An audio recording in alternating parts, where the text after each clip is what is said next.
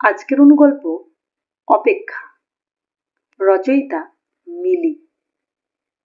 জীর্ণতার ছাপ রেখে যায় প্রতিটা প্রাক্তন, সে ঘরবাড়ি হোক কিংবা প্রাণী। যে কোনো মৃত বাড়ির প্রতিটা ইট চিৎকার করে বলে কোনো এক সময় সেখানেও কেউ সংসারের পসরা সাজিয়েছিল, গুছিয়েছিল তাদের স্বপ্নের রঙিন বাসা।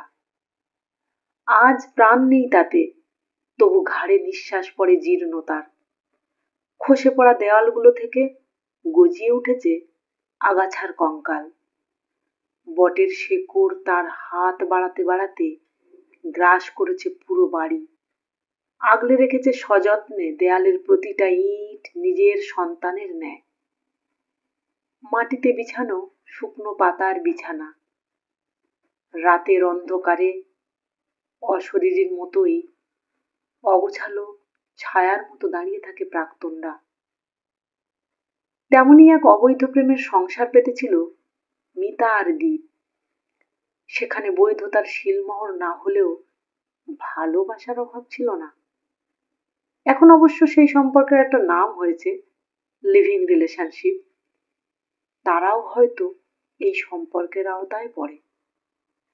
দুজনে মিলে একটা রেন্টে ঘরও নিয়েছিল। টাকা দুজনেই আধা আধি দিত। মিতা বা দীপের বাড়ির কেউই তাদের এই সম্পর্ক মেনে নেয়নি।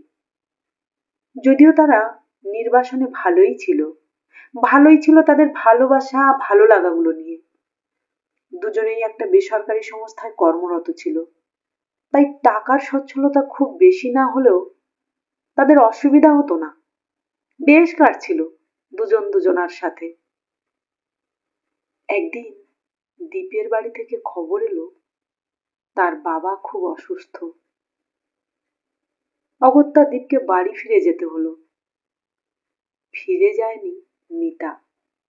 সে আজও অপেক্ষায়, মৃত বাড়িটার মতো রেন্টের ঘরে, যেখানে সংসারের পসরা সাজিয়েছিল।